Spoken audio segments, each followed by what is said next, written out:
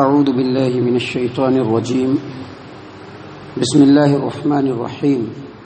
یا ایہا النبی جاہد الکفار والمنافقین واغلظ علیہم ومأواہم جہنم وبئس المصیر یحلفون باللہ ما قالوا ولقد قالوا کلمۃ الکفر وکفروا بعد اسلامہم وہموا بما لم ینالوا وما نقموا إلا أن أغناهم الله ورسوله من فضله فإن يتوبوا يك خيرا لهم وإن يتولوا يعذبهم الله عذابا أليما في الدنيا والآخرة وما لهم في الأرض من ولي ولا نصير. معزز سامعین کرام، سورۃ التوبہ سورہ نمبر 9 اور اسی سورت سے ابھی آپ کے سامنے آیت نمبر 70 پر 3 70 پر 4 یعنی 73 74 یہ دونوں آیات آپ کے سامنے تلاوت کی گئی ہیں.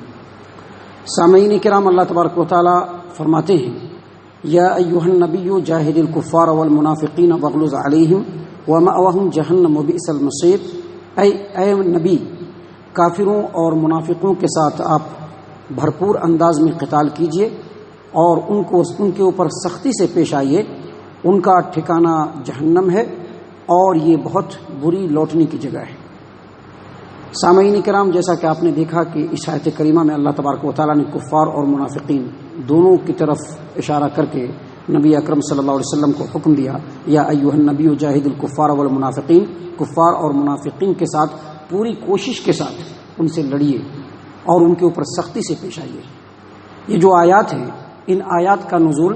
غزوہ تبوک کے بعد کا وقت ہے، یعنی جب غزوہ تبوک ہو گیا اس کے بعد یہ آیات اللہ تبارک و تعالیٰ نے نازل فرمائی. اور جب یہ آیات نازل ہوئی اس وقت تک منافقوں کو اسلام کے خلاف دشمنی کرتے ہوئے اور اسلام کے خلاف ایکٹیویٹیز میں حصہ لیتے ہوئے تقریباً 9 سال گزر چکے تھے. اور اب تک اللہ کے رسول صلی اللہ علیہ وسلم اور مسلمانوں کو یہی حکم تھا کہ منافقوں کے ساتھ نرمی کے ساتھ پیش آیا جائے. اور ان کے ساتھ سختی سے کیوں نہیں پیش آیا جائے، اس کی کچھ وجہ تھی. پہلی وجہ تو یہی تھی کہ ہمارے پیارے رسول صلی اللہ علیہ وسلم ان کی طبیعت بڑی نرم تھی، بڑے نرم مزاج. لوگوں کو بدلہ لینے کے بجائے درگزر کر دینا یہ نبی اکرم صلی اللہ علیہ وسلم کے اندر خاص اللہ تبارک و تعالیٰ نے فطرت دی تھی، جس کی وجہ سے نبی صلی اللہ علیہ وسلم عموماً لوگوں کے اوپر نرمیت سے ہی پیش آیا کرتے تھے. اور دوسری وجہ یہ تھی کہ اسلام اندرونی اعتبار سے بھی اتنا طاقتور نہیں ہوا تھا. غزوہ تبوک تک اسلام کے اندر اتنی طاقت اور قوت نہیں آئی تھی، اور اگر منافقوں کے ساتھ سختی سے پیش آیا جاتا تو اندرونی طور پر خلفشار ہونے کا ڈر تھا. اور اسلام کے اندر اتنی طاقت نہیں تھی کہ جس طرح سے بیرونی طاقت کو اسلام پرے ڈھکیل رہا تھا اس سے مکمل طور پر اسلام جو ہے مقابلہ کر رہا تھا، اندرونی طور پہ مقابلہ کر سکے اتنی طاقت نہیں تھی. اور اگر منافقوں کے اوپر سختی برتی جاتی تو اسلام کی نشر و اشاعت کا جو موقع تھا وہ نہیں مل پاتا. اسی لیے منافقوں کے اوپر نرمی برتی گئی. اور تیسری اہم وجہ اغیار یعنی غیر مسلم تانا دیتے، جیسا کہ صحیح البخاری کی روایت ہے کتاب التفسیر کی کہ غزوہ بنو المصطلق کے موقع پہ منافقین نے اوس اور خزرج کے درمیان جو ہے لڑائی پیدا کر دی. اور اس وقت عبداللہ بن ابی نے نبی اکرم صلی اللہ علیہ وسلم کی شان مبارک میں نازبہ کلمات کہیں تو عمر بن خطاب رضی اللہ عنہ فوراً تلوار لے کر کھڑے ہوئے اور کہا کہ اے نبی صلی اللہ علیہ وسلم، اگر آپ حکم دے تو اس منافقین کے سردار کا میں سر قلم کر دوں. تو نبی اکرم صلی اللہ علیہ وسلم کہا کہ چھوڑو، جانے دو،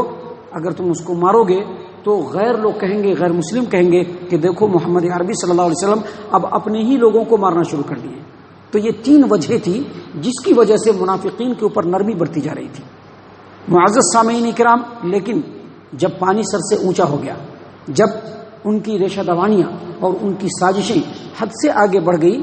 تو اللہ تبارک و تعالیٰ نے ان کے اوپر سختی کرنے کا حکم دیا. یاد رکھیے، یہاں پر اللہ تبارک و تعالیٰ نے فرمایا یا ایھا النبی جاہد الکفار والمنافقین، منافقین کے ساتھ بھی جہاد کیجیے اور کفار مشرکین کے ساتھ بھی جہاد کیجیے. تو کفار کے ساتھ جب جہاد کی بات آتی ہے تو اس کا مطلب ہوتا ہے تلوار سے لڑنا.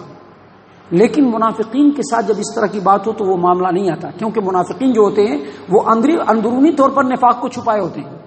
اور ظاہری طور پر لوگوں کے سامنے بڑا متقی، پرہیزگار اور پارسا ثابت کرنے کی کوشش کرتے ہیں یہ منافقین. تو اسلام کے جو احکامات ہوتے ہیں وہ ظاہر پر لاگو ہوتے ہیں، اور باطن کو اللہ کے سپرد کیا جاتا ہے. اور اسی وجہ سے نبی اکرم صلی اللہ علیہ وسلم نے کبھی بھی منافقین سے تلوار سے جہاد نہیں کیا. یہاں پر اللہ تبارک و تعالیٰ کا جو فرمانا ہے کہ منافقین کے ساتھ آپ پوری کوشش کے ساتھ قتال کیجئے، لڑائی کیجئے اور ان کے اوپر سختی برتیے، اس کا مطلب یہ ہے کہ ان کے کسی بھی بات کا اعتماد نہ کیا جائے. اگر وہ کوئی اسلام کے خلاف سازش کریں تو اس کے اوپر پردہ نہ ڈالا جائے تاکہ وہ مسلمانوں کے درمیان زہر پھیلانے میں کامیاب نہیں ہو، اور ان کی فتنہ پردازیوں کا کھلم کھلا لوگوں کے سامنے راز افشا کیا جائے. کسی بھی مشاورت کی میٹنگ میں ان کو نہ بٹھایا جائے. ایسے منافق صفت لوگوں کو جماعت و جمعیت میں اور اسلام میں کوئی عہدہ نہ دیا جائے تاکہ اسلامی معاشرے کے اندر یہ معلوم ہو جائے کہ یہ منافق شخص ہے، اور اسلامی سماج و معاشرے کے اندر ایسے لوگوں کی کوئی وقت نہیں اور ایسے لوگوں کا کوئی مقام نہیں. اسی بات کو اللہ تبارک و تعالیٰ نے اپنے نبی کو حکم دیتے ہوئے کہا، یا ایھا النبی جاہد الکفار والمنافقین واغلظ علیہم ومأواہم جہنم وبئس المصیر. اے نبی صلی اللہ علیہ وسلم، کفار و منافقین سے آپ پوری قوت کے ساتھ لڑائی کیجئے اور ان کے اوپر سختی سے پیش آئیے، کیونکہ ان کا ٹھکانہ جہنم ہے اور جہنم لوٹنے کی بڑی بدترین جگہ ہے. معزز سامعین کرام، جیسا کہ میں نے بتلایا تھا کہ اس صورت میں خاص طور سے اللہ تبارک و تعالیٰ نے منافقوں کے سازشوں کو لوگوں کے سامنے پیش کیا ہے. اگلی آیت کریمہ میں بھی اللہ تبارک و تعالیٰ نے اسی بات کی طرف اشارہ فرمایا. اللہ فرماتے ہیں یحلفون باللہ ما قالوا، یہ منافقین اللہ کی قسم کھا کر کے کہتے ہیں کہ انہوں نے کچھ نہیں کہا. اللہ تبارک و تعالیٰ مزید آگے فرماتے ہیں وَلَقَدْ قَالُوا كَلِمَةَ الْكُفْرِ، لیکن ان لوگوں نے کفریہ کلمہ اپنی زبان سے نکالا. وَكَفَرُوا بَعْدَ إِسْلَامِهِمْ، اور اسلام لانے کے بعد بھی کفر کیا. یہاں پر نبی اکرم صلی اللہ علیہ وسلم پر جو آیت کریمہ یہ نازل ہوئی، اس میں اللہ تبارک و تعالیٰ نے صرف یہ کہا کہ وہ لوگ قسم کھا کر کے کہتے ہیں کہ انہوں نے کچھ نہیں کہا، حالانکہ انہوں نے کفریہ کلمہ کہا اور اسلام لانے کے بعد بھی کفر کیا. تو یہ جو کفریہ کلمہ ہے کیا ہے، یہاں پر اس کی صراحت نہیں. اس کی وجہ کیا ہے؟ اس کی وجہ یہ ہے کہ منافقین اپنے پورے مدینے کی 10 سالہ زندگی میں نبی اکرم صلی اللہ علیہ وسلم کے زمانے میں انہوں نے بہت بار کفریہ کلمہ کہا، کئی بار کہا، اور روایات میں یہ باتیں موجود ہیں. لیکن یہاں پر ہم صرف ایک واقعہ پیش کر رہے ہیں جس کو امام بخاری رحمہ اللہ اپنی صحیح البخاری کتاب التفسیر کے اندر اور اللہ تبارک و تعالیٰ نے سورۃ المنافقین کے اندر ذکر کیا ہے، سورۃ المنافقون میں، کہ زید بن ارقم رضی اللہ عنہ وہ کہتے ہیں کہ غزوہ بنو المصطلق کے موقع سے منافقوں نے اوس اور خزرج کے درمیان جو ہے انتشار پیدا کر دیا، اور عبداللہ بن ابی جو منافقوں کا سردار ہے وہ کہنے لگا کہ یہ جو نبی اکرم صلی اللہ علیہ وسلم ہیں، ان کے ساتھ جو صحابہ کرام بیٹھے رہتے ہیں، ان کے اوپر تم لوگ خرچ مت کرو، تم لوگ دے دے کر کے ان کو بہکا دیے ہو، ان کو جو ہے بہت زیادہ سر چڑھا دیے ہو، ان کو دینا بند کر دو تو یہ لوگ خود بخود نبی صلی اللہ علیہ وسلم کے پاس سے بھاگ جائیں گے. اور عزت والا جب مدینے کے اندر پہنچے گا، عزت والے سے مراد وہ اپنے آپ کو کہہ رہا تھا کہ عزت والا یعنی میں جب مدینے پہنچوں گا تو جو ذلت والا ہے یعنی محمد صلی اللہ علیہ وسلم، نعوذ باللہ، اس کو میں باہر نکال دوں گا. یعنی نبی صلی اللہ علیہ وسلم کو ذلت والا کہنا یہ کفریہ کلمہ تھا. زید بن ارقم رضی اللہ عنہ کہتے ہیں کہ میں نے یہ بات جب سنی تو اپنے چچا سعد بن عبادہ یا پھر عمر بن خطاب رضی اللہ عنہ کو یہ بات جا کر کے کہی تو انہوں نے نبی صلی اللہ علیہ وسلم تک یہ بات پہنچائی. نبی صلی اللہ علیہ وسلم نے مجھ کو بلایا اور بلانے کے بعد کہا کہ کیا تم نے ایسا ایسا سنا ہے؟ میں نے کہا کہ ہاں میں نے سنا ہے. عبداللہ بن ابی اور اس کے ساتھ جو اس کے ساتھی تھے ان تمام کو بلایا گیا تو وہ لوگ قسم کھا کر کے کہنے لگا کہ اللہ کی قسم ہم لوگوں نے ایسا جملہ نہیں استعمال کیا جیسا کہ منافقوں کی عادت ہوتی ہے. یاد رکھیے، کبھی کوئی بات کہہ کر کے اس سے مکرنا جو کہ ہمارے فطرت میں شامل ہو چکا ہے، یہ منافقین کی صفت ہے. میں بار بار ان آیات کی تفسیر کو آپ کے سامنے پیش کر رہا ہوں اور اس بات کی بھی وضاحت کر رہا ہوں کہ ایسا مت سمجھیے گا کہ ہم لوگ بڑے پارسا ہیں. نہیں، صحابہ کرام نے بھی اپنے آپ کو پارسا نہیں سمجھا. اگر ہم اپنے آپ کو پارسا سمجھنے لگے تو ہم سے بڑا منافق اس پورے روئے زمین پر کوئی نہیں ہو سکتا. یہ جو نفاق کی جو ہے نشانیاں ہیں جو ہمارے گھٹیوں کے اندر بالکل گھس گیا ہے کہ کوئی بات کہا اور اب وہ بات ہمارے مفاد کے خلاف پڑ رہا ہے تو فوراً اس سے مکر گئے، یہ منافقین کی عادت ہے. وہ لوگ آئے اور قسم کھا کر کے کہنے لگے کہ اللہ کی قسم ہے نبی صلی اللہ علیہ وسلم ہم لوگوں نے ایسا نہیں کہا ہے. تو اللہ کے رسول صلی اللہ علیہ وسلم نے ان کو درگزر کر دیا، بظاہر ان کو سچا سمجھا اور زید بن ارقم کی ڈانٹ ڈپٹ کی. کہتے ہیں کہ مجھ کو اتنا رنج ہوا کہ میں اپنے گھر میں جا کر کے بیٹھ گیا. میرے چچا کہنے لگے کہ تو کیسا معاملہ کرتا ہے کہ نبی صلی اللہ علیہ وسلم بھی ناراض ہوئے اور بہت زیادہ تمہارے اوپر پریشانی ہے۔ زید بن ارقم کہتے ہیں کہ ابھی کچھ ہی دن گزرے تھے کہ اللہ تبارک و تعالیٰ نے پورا کا پورا سورۃ المنافقون نازل کیا، اور مجھ کو اللہ کے رسول صلی اللہ علیہ وسلم نے بلایا اور کہا کہ زید تمہاری تصدیق میں اللہ تبارک و تعالیٰ نے پوری سورۃ المنافقون نازل کر دی۔ تو یہی بات اور اسی طرح کی باتوں کی طرف اشارہ کرتے ہوئے اللہ تبارک و تعالیٰ کہتے ہیں کہ یہ جو منافقین ہیں یہ اللہ کی قسم کھا کر کے کہتے ہیں کہ ہم لوگوں نے کفریہ کلمہ نہیں کہا، لیکن ان لوگوں نے کفریہ کلمہ بکا اور اسلام کے بعد ان لوگوں نے کفر کو اختیار کیا، وَهَمُّوا بِمَا لَمْ يَنَالُوا، اور ایسے کام کا ارادہ کیا جو وہ کبھی بھی نہیں کر سکے۔ ایسے کام کا ارادہ کیا مطلب؟ دیکھیے نبی صلی اللہ علیہ وسلم کو نکالنے کا ارادہ کیا لیکن نکال نہیں سکے۔ اسی طرح سے جب بھی مشرکین اور مسلمانوں کے درمیان لڑائی ہوئی تو یہ منافقین اسلام کا دعویٰ کرنے کے بعد بھی مشرکین کفار مکہ اور یہودیوں کے ساتھ رہے تاکہ مسلمانوں کا نام و نشان مٹ جائے، لیکن ایسا نہیں ہو سکا۔ ان لوگوں نے اسلام کے خلاف سازش کرنے کے لیے مسجد زرار کی تعمیر کی، خفیہ اڈا بنایا کہ وہاں پر اسلام کے خلاف سازشیں کرے، لیکن وہ بھی کامیاب نہیں ہوئی۔ نبی صلی اللہ علیہ وسلم جب غزوہ خیبر سے لوٹے تو اس کو آگ لگا کر کے ختم کر دیا۔ اسی طرح سے ان لوگوں نے ایک اور بڑی سازش غزوہ تبوک کے موقع سے کی، جس کے مناسبت سے اللہ تبارک و تعالیٰ نے اس آیت کریمہ کے ٹکڑے کو نازل کیا ہے کہ ان لوگوں نے غزوہ تبوک میں ہی سازش کر لیا۔ کیا سازش کیا کہ جب غزوہ تبوک سے نکلیں گے واپس تو گھاٹ سیکشن ہے، اور گھاٹ سیکشن جو پہلے ہوتا تھا بہت خطرناک ہوتا تھا، ایک طرف پورا پہاڑ ہوتا تھا، دوسری طرف پوری کھائی ہوتی تھی۔ ان لوگوں نے پلان یہ کیا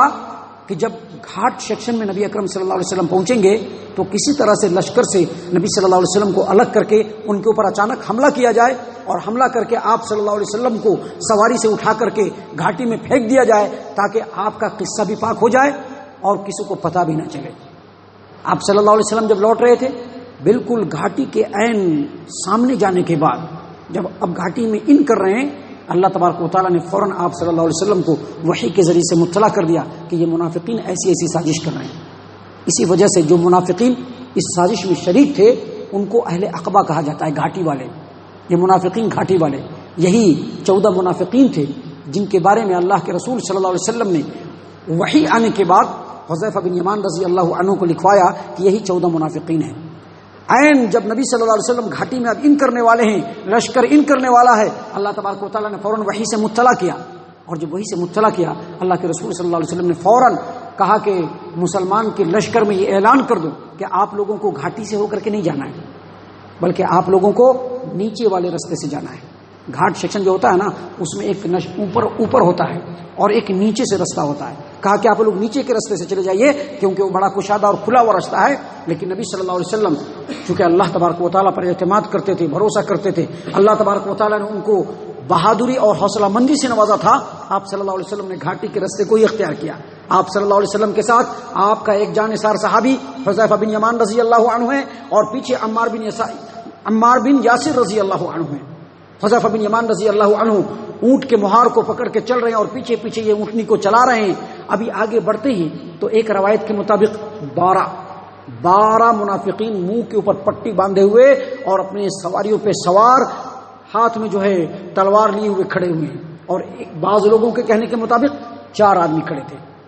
حذیفہ بن یمان رضی اللہ عنہ کہتے ہیں کہ نبی صلی اللہ علیہ وسلم نے جیسے دیکھا کہا کہ اے حذیفہ ان لوگوں کے سواریوں کے منہ پر کاری ضرب لگاؤ۔ حذیفہ بن یمان رضی اللہ عنہ آگے بڑھے اور اپنے ڈھال سے ان کے سواریوں کے اوپر بالکل زور سے وار کرنا شروع کیا اور کہا کہ اے اللہ کے دشمنوں تم لوگ یہاں سے دفع ہو جاؤ۔ منافقین جو ہوتے ہیں وہ بزدل بھی ہوتے ہیں، یاد رکھیے گا۔ مومن جو ہوتا ہے وہ بزدل نہیں ہوتا ہے، مومن بہادر ہوتا ہے ہر حالات کا مقابلہ کرنے کے لیے، چاہے حالات جیسے بھی ہو مومن اس سے نمٹنے کے لیے تیار رہتا ہے۔ لیکن منافق جو ہوتا ہے وہ بزدل ہوتا ہے، ذرا سی کچھ ہوتی ہے فوراً اس کے دل کے اندر ڈر پیدا ہو جاتا ہے کہیں ایسا نہ ہو جائے۔ یاد رکھیے اگر یہ صفت بھی ہے تو اس کو بھی نکال ڈالیے، اگر یہ صفت بزدلی کی صفت ہے تو اس کو نکال ڈالیے۔ اور بزدلی کئی طریقے کی ہوتی ہے۔ بزدلی جو ہے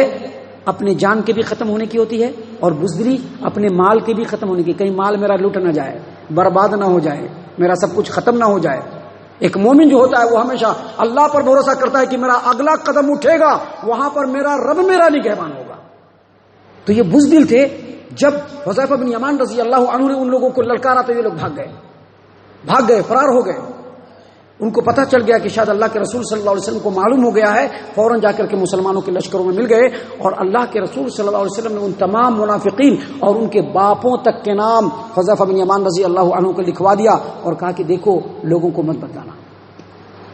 عمر رضی اللہ عنہ پوچھتے تھے کہ کہیں ان 14 لوگوں میں میرا بھی نام تو نہیں ہے؟ آج ہم لوگوں کو لگے گا کہ ہم لوگ منافق کیسے ہوں گے یار، ہم لوگوں کو یہ لگتا ہے، ہم لوگ اپنے آپ کو ایمان کی سربلندی پر سمجھتے ہیں، حالانکہ ہم لوگ نفاق کے بالکل نچلے درجے میں چلے گئے،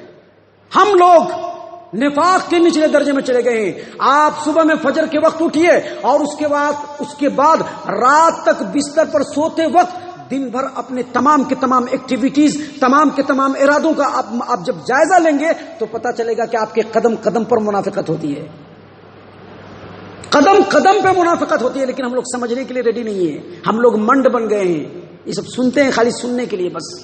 اتنے منڈ ہو گئے ہیں کہ ان تمام چیزوں کو سننے کے بعد بھی نفاق کو اپنے اندر سے نکالنے کے لیے تیار نہیں۔ کیوں؟ اگر نفاق نکال دیں گے تو بزنس و کاروبار چوپٹ ہو جائے گا، اگر نفاق نکال دیں گے تو رشتہ دار لوگ ہم سے ناراض ہو جائیں گے، اگر نفاق نکال دیں گے تو سب کچھ میرا چوپٹ ہو جائے گا۔ لیکن یہ نہیں سوچتے کہ اگر اللہ ناراض ہو گیا تو نہ تو دنیا ملے گی اور نہ ہی آخرت ملے گی، نہ خدا ہی ملا، نہ وصال صنم، دھوبی کا گدھا، نہ گھر کا نہ گھاٹ کا۔ معزز سامعین کرام، یہ چیز تھی جس کی طرف اللہ تبارک و تعالیٰ نے اشارہ کیا، اور اس کی دلیل میں صحیح مسلم کی ایک روایت بھی ہے کہ حذیفہ بن یمان رضی اللہ عنہ سے ایک منافق لڑنے لگا، کہا کہ تم کو اللہ کی قسم ہے کہ جن لوگوں کا نام، جو 14 نام اللہ کے رسول صلی اللہ علیہ وسلم نے لکھوایا ہے، اس میں میرا نام ہے کہ نہیں؟ لوگوں نے کہا کہ جب یہ اللہ کی قسم دے کر کے پوچھ رہا تو بتلا دو۔ کہا کہ اگر تو بھی ان لوگوں میں سے ہے تو گویا کہ وہ 15 ہے، کیونکہ مجھ کو 14 کی خبر دی گئی تھی، تیرا نام اس میں نہیں ہے۔ ان 15 میں 12 اس دنیا میں بھی اور آخرت میں بھی اللہ کے دشمن ہے، اور 3 لوگوں کے بارے میں ہم کو نہیں معلوم، کیونکہ ان لوگوں نے عذر کر دیا تھا کہ ہم کو نہیں معلوم کہ ان لوگوں نے کیا کیا معاملہ کیا، اور ہم لوگوں نے رسول اکرم صلی اللہ علیہ وسلم کی آواز کو نہیں سنی تھی۔ تو اسی بات کو اللہ تبارک و تعالیٰ نے یہاں پر بیان کیا کہ وہ ہمّوا بما لم ینالوا، ان لوگوں نے ایسے کام کا ارادہ کیا جس کو وہ کبھی بھی انجام نہیں دے سکے۔ وما نقموا الا ان اغناهم الله ورسوله من فضله فان يتوبوا يك خيرا لهم وان يتولوا يعذبهم الله عذابا اليما في الدنيا والاخره وما لهم في الارض من ولي ولا نصير۔ اور ان منافقوں کو صرف اس بات کا رنج اور اس بات کا غصہ ہے کہ اللہ تبارک و تعالیٰ اور اس کے رسول کے فضل سے یہ لوگ غنی ہو گئے، اللہ تبارک و تعالیٰ نے ان لوگوں کو غنی کر دیا، اور اس کے رسول نے بھی ان لوگوں کو غنی کر دیا، اللہ تبارک و تعالیٰ نے بھی ان لوگوں کو غنی اور مالدار کر دیا، بے نیاز کر دیا، اور رسول اکرم صلی اللہ علیہ وسلم نے بھی اپنے فضل سے ان لوگوں کو غنی اور بے نیاز کر دیا۔ دیکھیے جب مدینے کے اندر مسلمان نہیں آئے تھے، نبی صلی اللہ علیہ وسلم نہیں آئے تھے، تو مدینے کی معاشی اور تجارتی تمام کے تمام کنٹرول جو ہے وہ یہودیوں کے ہاتھ میں تھے۔ 1 نمبر کے سرخور، شراب کے بیوپاری، اور تمام کے تمام تجارتی مراکز پہ ان کا ہی قبضہ تھا، اور ساتھ ہی ساتھ یہ لوگ پولیٹیکل بھی جو ہے غلبہ حاصل کیے ہوئے تھے، اوس اور خزرج کو برابر لڑاتے رہتے اور پوری سیاسی برتری حاصل کر کے رکھا تھا۔ لیکن نبی صلی اللہ علیہ وسلم جیسے آئے، سیاسی برتری پہلے ختم ہو گئی اور پورے مدینے کے اوپر نبی صلی اللہ علیہ وسلم کا کنٹرول ہو گیا۔ اس کے بعد اللہ کے رسول صلی اللہ علیہ وسلم نے انصاریوں اور مہاجرین کے درمیان بھائی چارگی کا رشتہ قائم کیا اور دعا کی برکت کی، تو تمام کے تمام بزنسوں کے اوپر مسلمان کا ہی غلبہ ہو گیا۔ اور پھر جب جنگ ہوئی تو مسلمانوں کو جب مال غنیمت ملا، اس سے بھی مسلمانوں کی برتری ہو گئی، اور جب یہ برتری مسلمانوں کو مل رہی تھی تو یہ تمام کے تمام فائدے کون بھی اٹھا رہے تھے؟ یہ منافقین بھی اٹھا رہے تھے، کیونکہ ظاہری طور پر یہ بھی مسلمان تھے نا، تو یہ بھی اٹھا رہے تھے۔ اللہ تبارک و تعالیٰ نے یہاں پر اسی بات کو بیان کیا کہ تم کو ساری کی ساری اچھائی، سارے کے سارے دولت اور ساری کی ساری جو ہے برتری اللہ اور اس کے رسول کے فضل سے ملی ہے، اس کے باوجود تم اللہ، اس کے رسول اور مسلمانوں سے اور ان کے دین سے دشمنی کر کے نمک حرامی کا ثبوت دے رہے ہو۔ اگر تم نے ان باتوں سے توبہ کر لیا تو تمہارے لیے بہتر ہے، اور اگر تم نے روگردانی کی تو یاد رکھو اللہ تبارک و تعالیٰ دنیا میں بھی عذاب دے گا اور آخرت میں بھی عذاب دے گا، اور اس روئے زمین پر اللہ تبارک و تعالیٰ کے علاوہ کوئی تمہارا مددگار نہیں ہوگا۔ معزز سامعین کرام، یہ تمام کے تمام باتیں صرف اس لیے بیان کی جا رہی ہیں کہ جہاں اس وقت کے منافقین کو نصیحت ہو، وہی مسلمانوں کو بھی نصیحت ہو، اور بعد میں آنے والے مسلمانوں کو بھی نصیحت ہو کہ اگر ہمارے اندر نفاق کی ایک رتی بھی رمق ہے تو ہمیں اسے نکال پھینکنا چاہیے، وگرنہ ہماری دنیا بھی برباد اور آخرت بھی برباد۔ اللہ تعالی ہم تمام کو نیک توفیق عنایت فرمائے، ہم تمام کو صحیح معنوں میں مومن اور مسلمان بنائے، جنت الفردوس میں جگہ عطا فرمائے۔ اے اللہ ہم تمام کو جہنم سے پناہ دے، اے رب العالمین ہم تمام کو جہنم سے پناہ دے، اے مالک الملک ہم تمام کو جہنم سے پناہ دے، آمین یا رب العالمین۔ وما علینا الا البلاغ المبین۔